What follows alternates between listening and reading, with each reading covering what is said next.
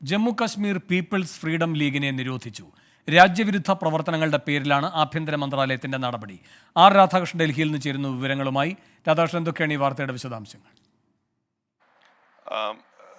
കഴിഞ്ഞ കുറച്ച് നാളുകളായിട്ട് ജമ്മു കശ്മീരിൽ നടക്കുന്ന ഭീകരവാദ പ്രവർത്തനങ്ങളുമായി ബന്ധപ്പെട്ടിട്ടുള്ള ബന്ധത്തിന്റെ പേരിലാണ് ഇപ്പോൾ ഈ സംഘടനയെ നിരോധിക്കാനായിട്ടുള്ള തീരുമാനം കൈക്കൊണ്ടിരിക്കുന്നത്. വിശദമായിട്ടുള്ള അന്വേഷണം ഇക്കാര്യത്തിൽ നടന്നു.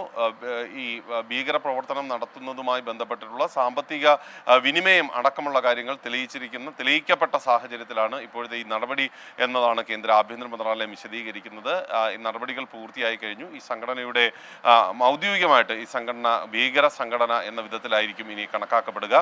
ജമ്മു കാശ്മീരിൽ തുടർച്ചയായിട്ട് ഉണ്ടായി വന്നിരുന്ന അക്രമങ്ങളും സാധാരണ ജനങ്ങൾക്ക് എതിരായിട്ടുള്ള ഭീകരരുടെ ഭാഗത്തു നിന്നുള്ള അക്രമങ്ങൾക്കും ഒക്കെ സഹായം നൽകുന്നതിന് വേണ്ടി ഈ സംഘടന പലയിടങ്ങളിലും ശ്രമിച്ചിരുന്നു. അങ്ങനെയുള്ള സംഘടനകളെ കൂടുതൽ പൂർണ്ണമായിട്ടും നിരോധിക്കുക എന്ന ഒരു നിലപാടിന്റെ അടിസ്ഥാനത്തിലാണ് ഈ നടപടികൾ പൂർത്തിയായതെന്നാണ് ആഭ്യന്തര മന്ത്രാലയ വൃത്തങ്ങൾ വിശദീകരിക്കുന്നത്.